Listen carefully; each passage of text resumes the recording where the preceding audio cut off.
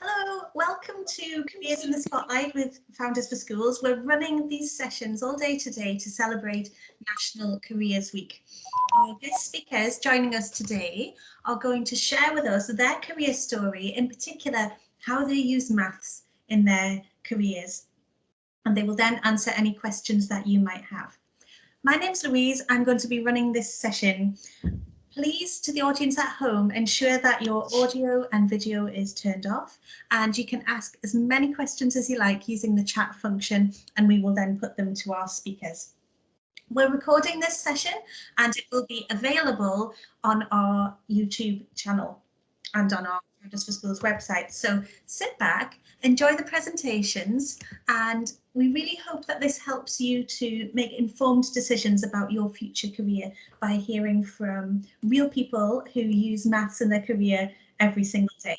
So thank you. We've got Nyasha here and we have Nishul as well, who are going to talk to us about their career journey and how they use maths. Thank you for joining us. Nishul, would you like to go first and introduce yourself and what your job title is? Sure. My name is Nishul Saperia. I am an investor now. I work for myself and I've been doing so for the last 10 years. So it's part of that. I work with a lot of other companies as well. So lots of different hats and different days of the week. My background in maths is actually long and deep. I say maths was possibly the main subject for me in my studies and in my career. I did maths A-level. I also did physics and chemistry, and I also did further maths actually. And then with that, I went and did a mechanical engineering degree. Now, I think I went and chose engineering because I wasn't really sure what I wanted to do, but I knew I liked maths and I knew there was a lot of maths in engineering. And also knew that when you go and do an engineering degree, especially at a good university, you actually are quite attractive to a lot of different employers because you learn a lot of skills, modeling and characterizing the world and working with numbers, which are really important in many different careers. And so, you know, maths was fundamental to me in that respect. It helped me get to help me obviously.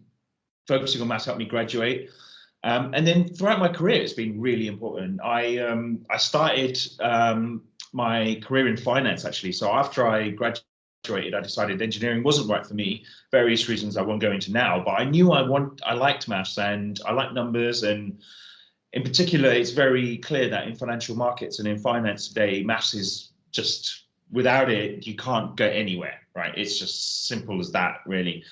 You've got to be able to understand how numbers and operate, how to be able to evaluate numbers, analyze numbers.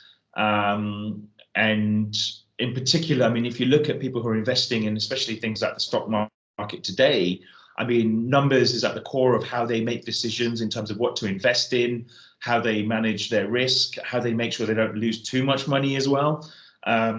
So and maths can actually get really advanced. I mean, nowadays, actually, what you'll find in the stock markets and a lot of the financial markets today is that you've actually got a lot of automated algorithms which have been written by programmers deciding what to buy and sell. And again, at the base of all that is the maths, right? Because these algorithms make decisions based on the numbers that they are seeing out there in the market. So, you know, that maths is absolutely fundamental in financial markets.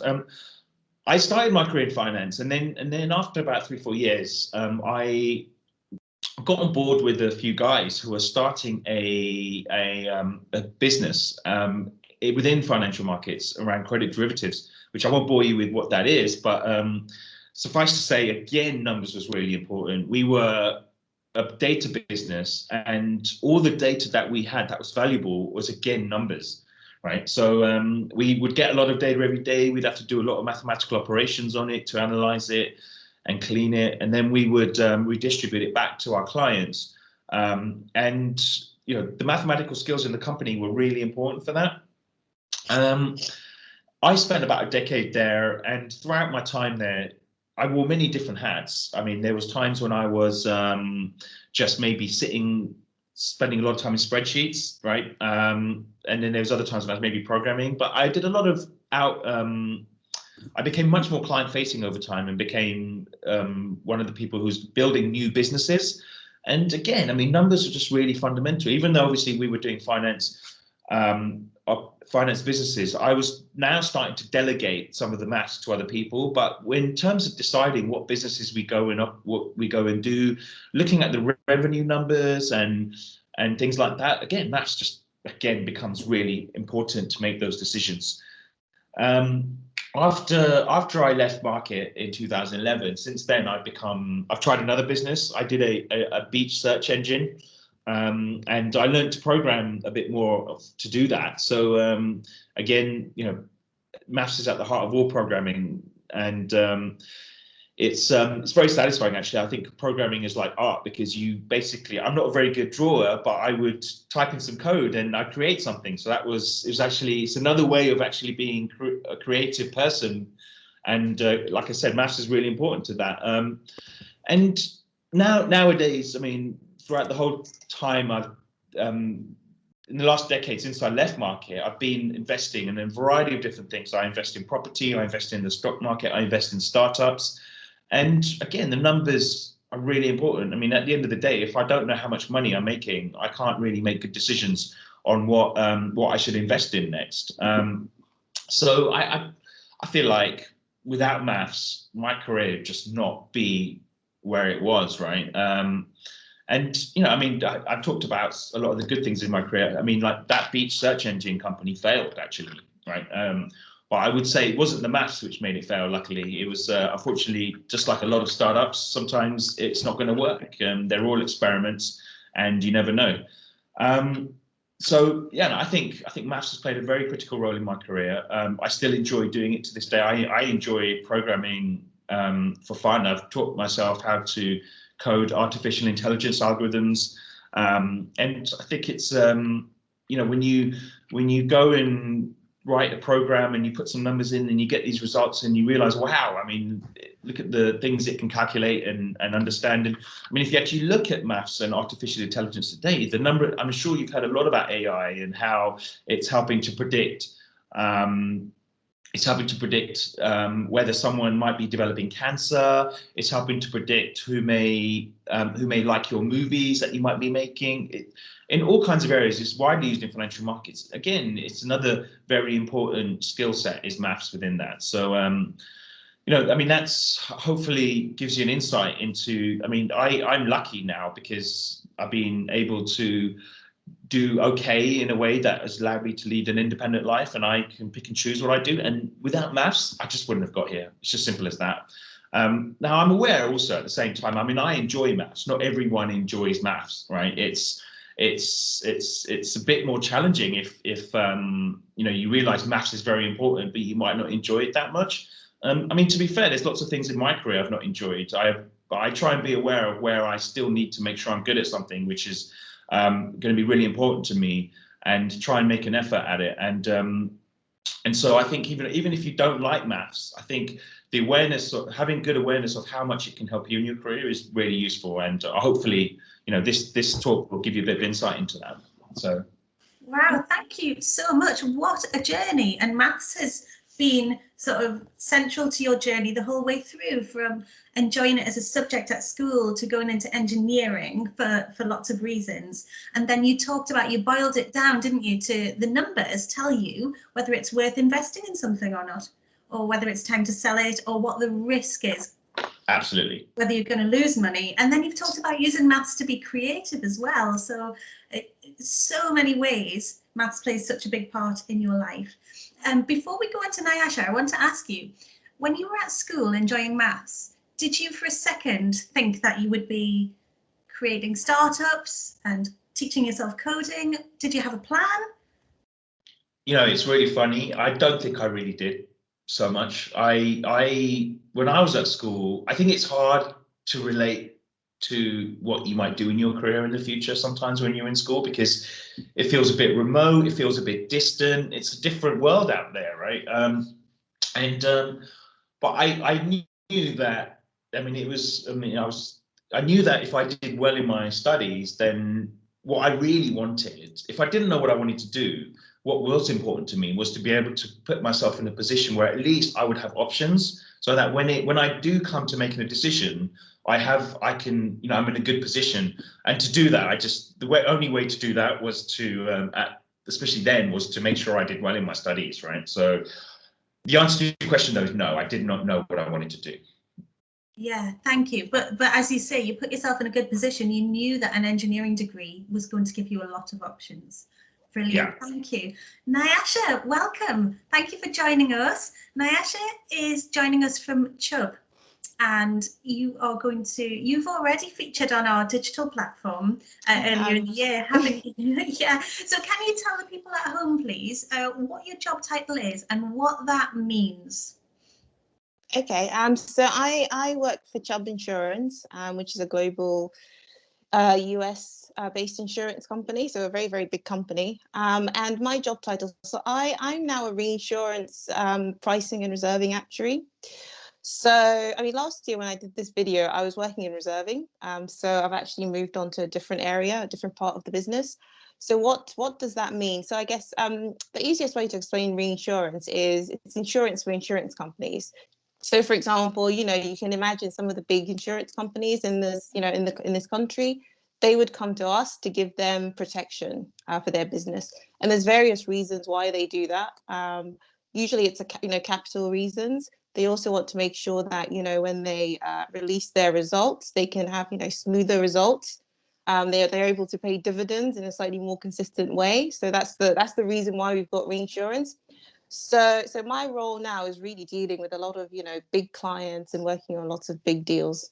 So it's quite interesting. But yeah, I'm still learning and using maths. And it's a continuation of what I was doing before, really. Brilliant, thank you. So we've heard about, people at home probably know about pet insurance and life insurance and house insurance. And we have the insurance we pay for the event that we're going to have to pay out a lot of money that we don't have, that the insurance company will pay it for us. So companies need that as well. Yes, they do. Yeah. So for example, if you're a big pet insurance company, you definitely need reinsurance, right? Because you can only cover losses up to a certain point. And in those very, very extreme cases, right, you need to have your own insurance. So for example, imagine, with household, all right, you can imagine if you own a property that's £1 million, you get your policy from your insurance company. Perhaps you're paying, I don't know, you're paying £600, right? So imagine that, you have a fire at your property, right? Your insurance company might struggle to pay that £1 million cost to kind of rebuild your property. So they need to also make sure that they're protected. So that's what reinsurance is for. Insurance for the insurers. Wow. Yeah. Wow. Okay. So we're talking about some large sums of money then. Yes, yeah, we are. Yeah, very, very big sums of money. Yeah. And they tend to be very big deals. Yeah. Yes. And the maths that you use for that, how similar is it to the maths that you did in the classroom? So I guess so I come from a very similar background to Nishul. So I enjoyed maths at A level. I went on and studied actuarial maths and statistics. So the maths that I do, so it's not, sometimes I'm doing reasonably straightforward things, right? I'm adding things up, I'm taking averages, I'm working out changes year on year. So some of the things are not, I wouldn't say it's advanced maths. I'd have to say that, yeah, we do a lot of, complicated actuarial things, but those are the things that you learn on the job, right? Those are the skills that you develop. But you do need to have, core, understanding of kind of, maths to work in reinsurance.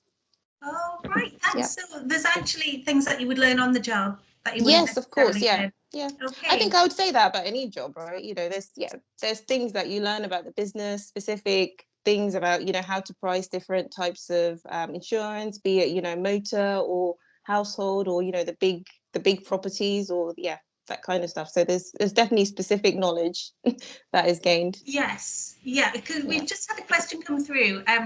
Do you need to know all aspects of maths, or can you pick and choose? So for people who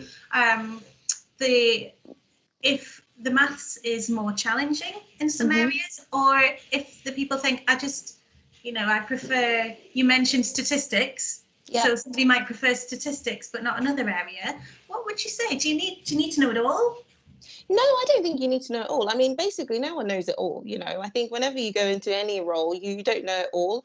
And I think I'm incredibly lucky in that I work in a team with very supportive people. So, for me to move into this role, I started this role 6 months ago, right? I didn't have any reinsurance experience. So I think having a passion for learning and always wanting to self-improve yourself is the biggest thing. And if you're motivated and you're interested in learning and always developing yourself, which is me, I would probably say that's the best way of describing myself, always keen to learn, then I think there's a lot of stuff that you do learn on the job by asking questions, by doing your own additional work. So for example, Nishul talked about programming. So like this year I want to do a bit of programming. I want to do a bit about learn a bit about AI as well, and think about ways of trying to save my time. So I'm kind of looking into efficiency and trying to make my life a bit easier in my job. So yeah, if there's things that I can do to learn a bit more about automation, I think that would be really valuable for me. Oh, wow, thank you. So Mhm. you're saying even when you get the job, you're going to have to practice, you're going to have to learn and put the Yep. time in. Yeah. So Yeah. can you tell me what a normal day in the life of an actuary is, please? What's a normal day? That's a really I don't think there's any normal day. So every day is different. I think as I've become more senior, you tend to become more busy. There's always meetings and people to meet. I think the biggest thing I'm kind of learning as I become a bit more advanced in my career is to be flexible. No 2 days will be the same.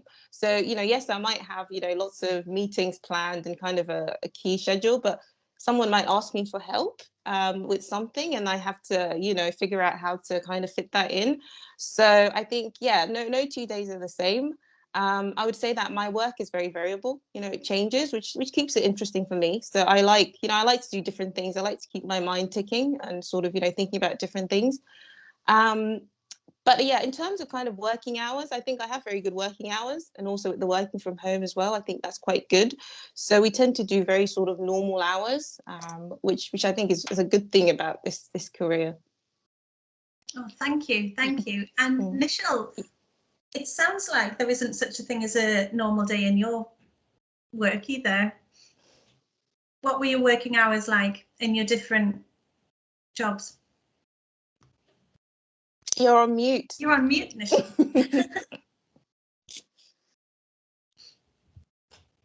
Okay. There we go. Thank you. Yeah, so I mean, when I worked in finance, it was fairly regular. But I mean, to be honest, when we were building a startup, it's definitely quite long. In the early days of the startup, I mean, when you're building a business, it's a race against time basically, because you'll have some money and you need to find a way to start generating sales. And if you don't make enough progress, then the company will go bust, right? So definitely, I mean, there was definitely quite a few midnight working till midnights in those days.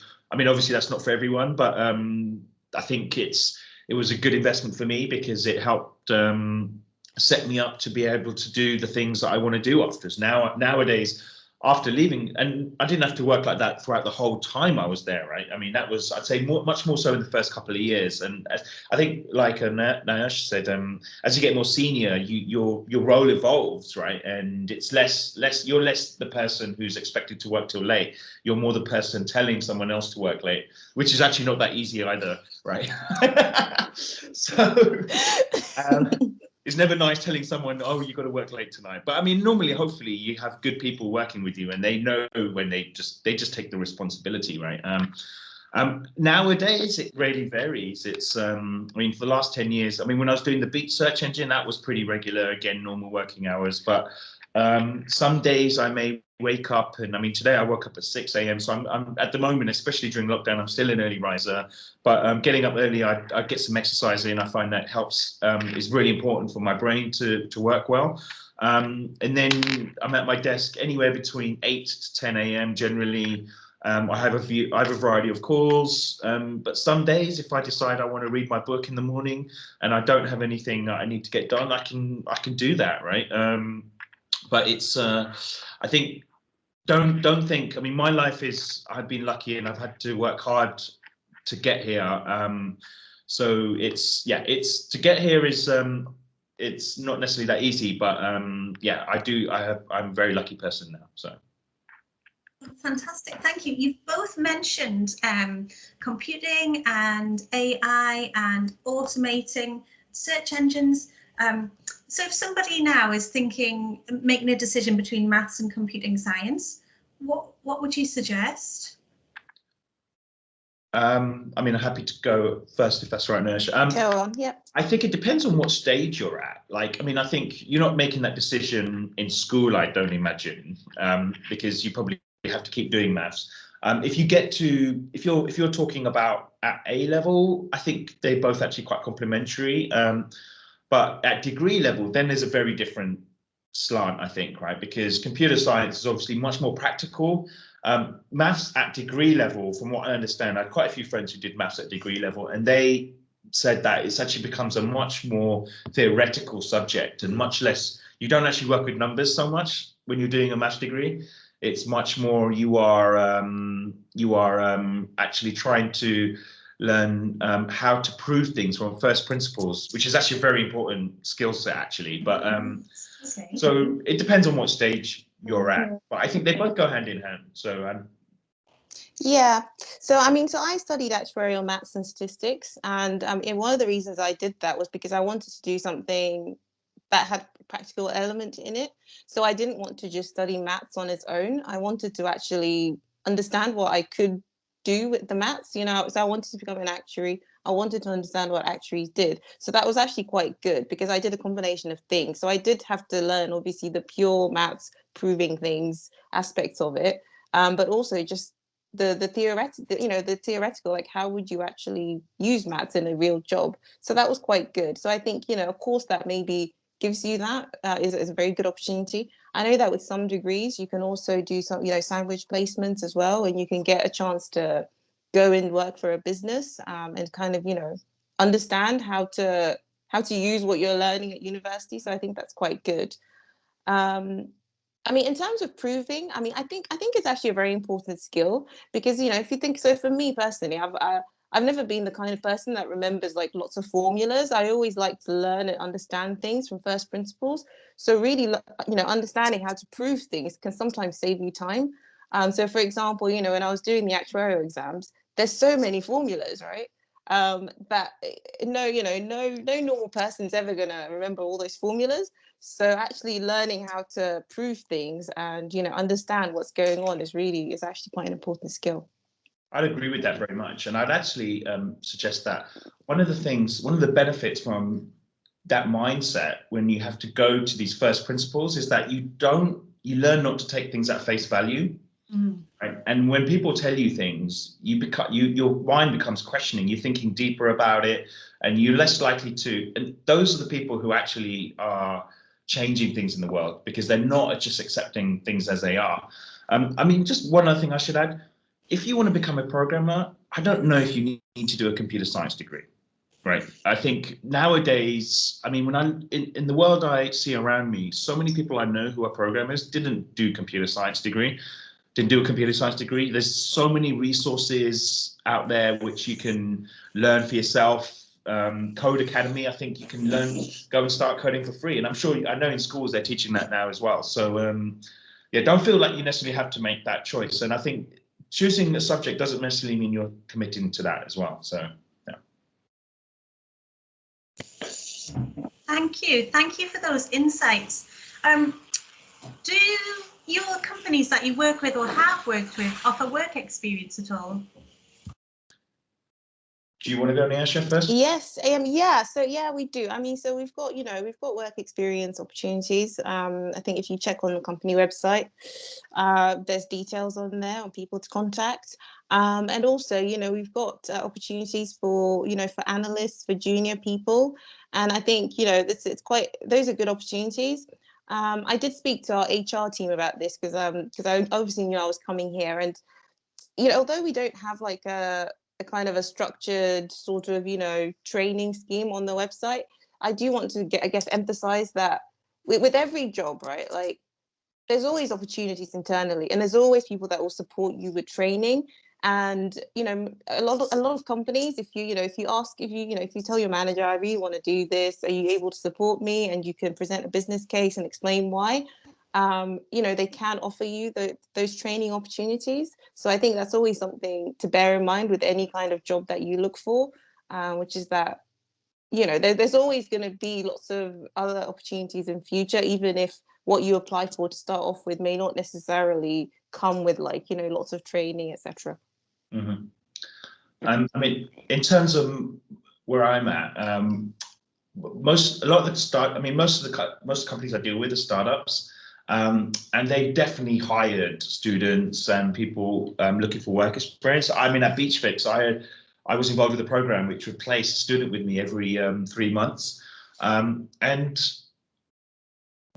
I think less so startups actually look for these people directly. They tend to go through a lot of these programs that have been set up. So I'd have to dig them up, unfortunately, but there's a lot of programs out there which are trying to help match students who want to see what life is like in a startup with startups who are looking for people like that. So definitely an opportunity does exist, yes. Oh, great, thank you. In fact, one of our partner organisations, Workfinder, if people at home want to go and have a look at that online, that's along those lines. Brilliant, thank you. We've had a comment saying that it's great to hear from both of you about offering the work placements and the opportunities to young people, and virtual placements as well at the moment, I suppose, could open up a whole range of opportunity for a lot of people.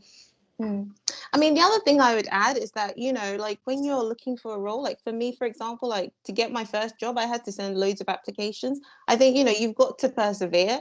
And if something doesn't work out, you try again, and, you ask for feedback and you improve yourself. So I think, it's important to just kind of stick at it with any kind of, if you're really motivated about something, I think it's important to stick at it, basically. I just 100% agree with that, and I think that's actually possibly the most important skill in life is perseverance, possibly. Thank you. And so if you don't get the first job or the first placement, you try again. Yeah, absolutely. And you get that feedback and you work on it. That's great advice. Thank you so much. So finally, we've put a poll in the chat for people at home to answer, please, if you could answer about how confident you feel about your future career prospects. And I'd like to thank you both so much for volunteering your time for our session today. And if you could leave with one, I know we've had the advice about perseverance. If you could leave with one leaving statement about maths to a young person who's considering taking maths at A level, what would you say? Nyasha, do you want to go first? Oh gosh, you're putting me on the spot. I'll think of something. I'd say I think it's important in your career and I don't know if this is always going to be well received by the teachers, but if you should try and follow your interests a little bit, right? And I think so. Don't necessarily go and do maths if you hate it. Right. If you hate maths, then it just isn't the subject for you, because you're always going to be fighting it. But if you do enjoy it somewhat, it's such a great subject, and it's such a fundamental subject, which I think underpins so many different types of careers. Then in that respect, I think it's probably one of the best subjects you can do. Yeah, I mean, I'm inclined to agree with Nishul on this. So if you enjoy something, it's definitely easier to do something you enjoy than something that you don't enjoy.